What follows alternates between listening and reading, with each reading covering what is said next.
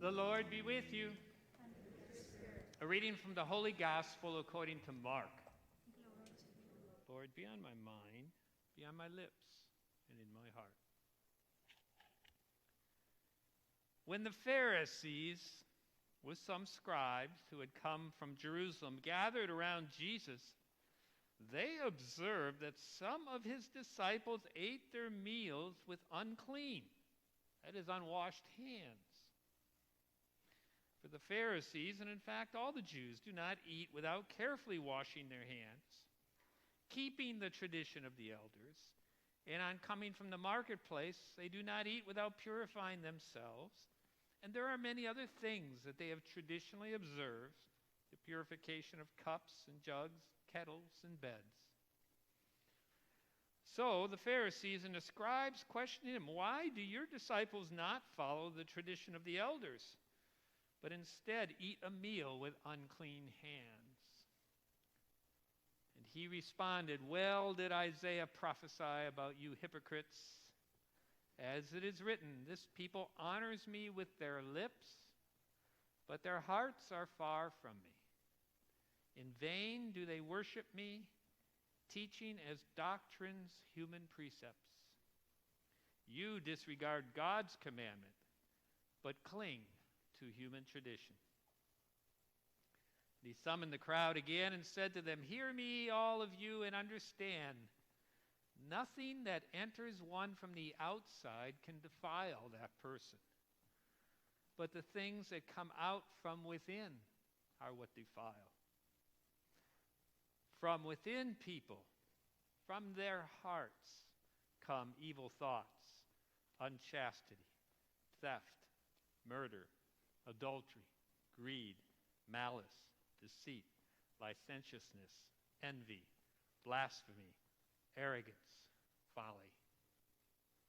All these evils come from within, and they defile."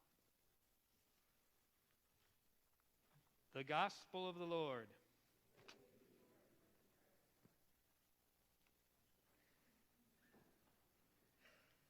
You know, I did not realize that when I was a young child how holy I really was. And humble. For many times I sat down at the dinner table and my mother said, "Did you wash your hands?" And I didn't. So I was like Jesus and his disciples, right?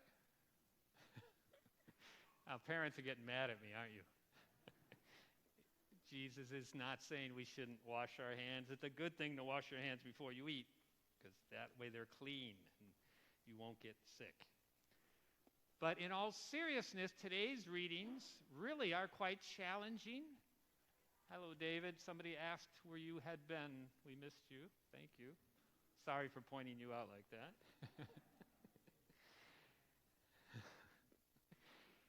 The first reading and the second reading really talk about laws, religious but also societal, because the Jewish people did not distinguish church and state.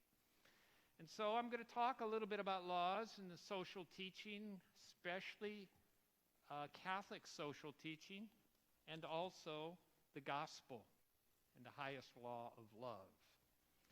The first reading begins in a very important part. Moses, after the people have traveled through the desert for 40 years, are about to enter the promised land. He's telling them, now when we go in there, God gave us this law. And this law is beautiful and good. And we must follow the law if we are to survive and thrive. Now, for us modern people, or at least myself, I don't appreciate really the beauty of the law. And so I have to work at it. But what Moses is pointing out is that God gave this law for the good of the people. And they were transitioning from a nomadic society in the desert, going into a promised land where they were going to flourish and become more numerous, and the resources would be limited because it's a confined space.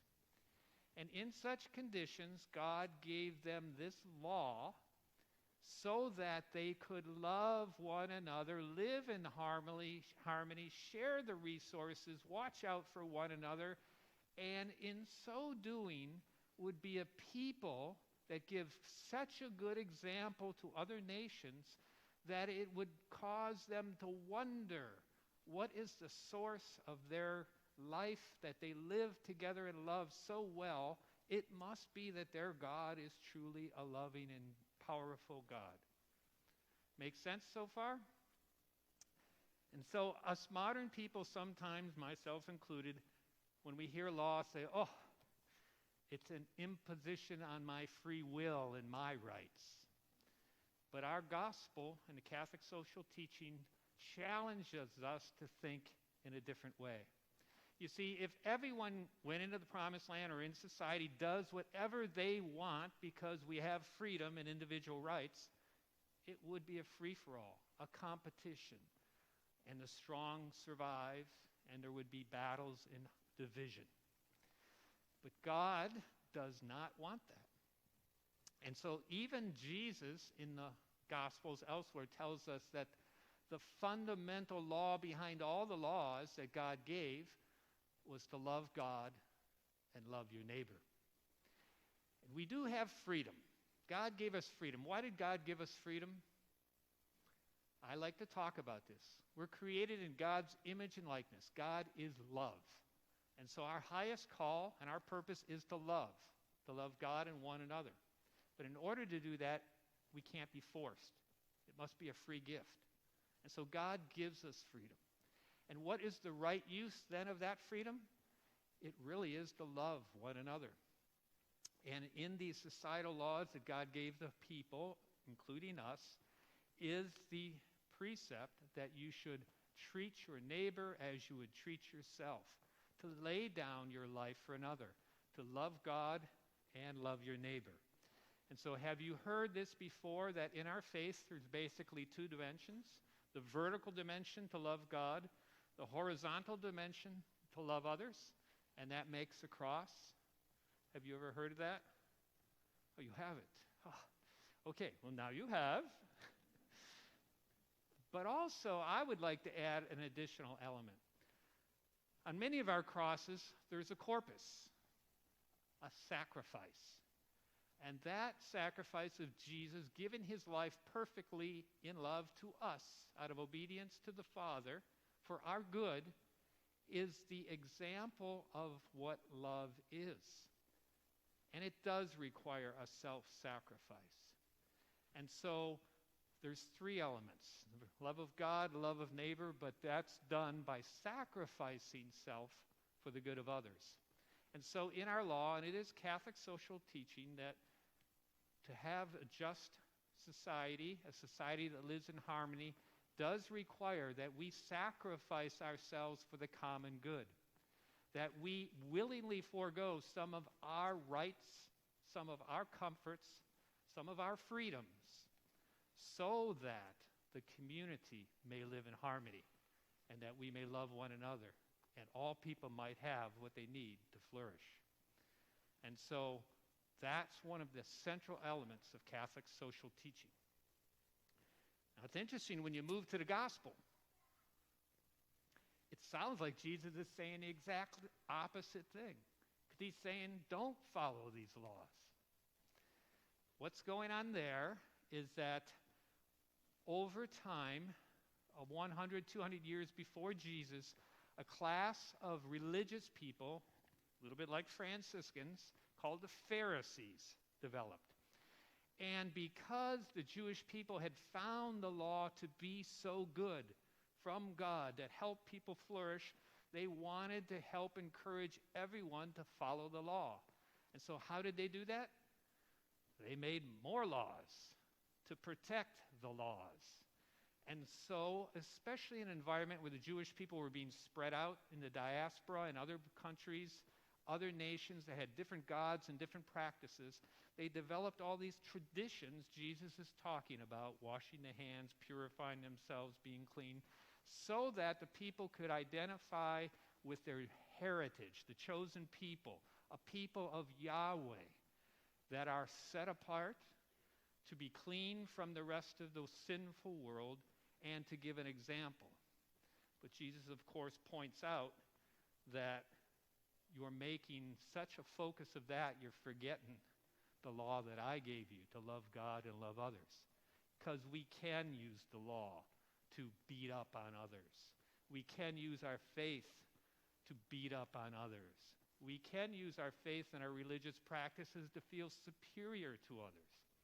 And that's violating the law that God gave us, to love God and love others. And so you see in this gospel, Jesus' disciples really are breaking the law, because it is also a Catholic social teaching principle that all laws are subject to the evaluation of the higher law, God's law. And so some laws that we humans make can be unjust laws, and they do not require our obedience, because God is love, seeking the common good. And so these are difficult principles, and they're very controversial. So you take the situations today in our environment, in our world, we have many disagreements about the laws, don't we? The mask mandates, immigration, our financial policies, our taxing and our helping the poor, our care of the environment and regulations.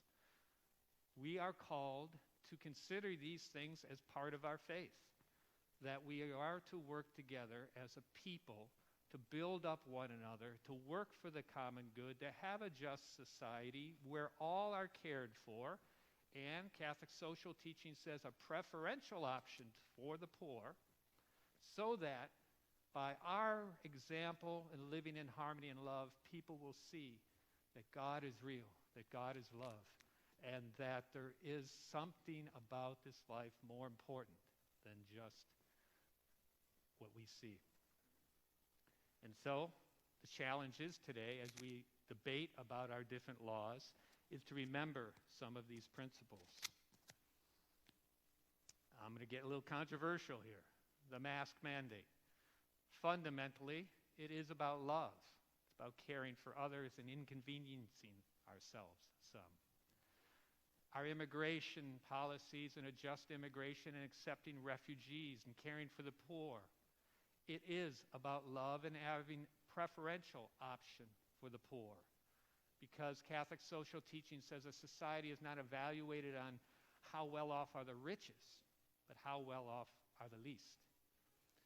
And so we are obligated, especially as a richer nation and richer peoples, to not only protect our own prosperity and comfort, but to sacrifice that so that all people have at least what they need to live.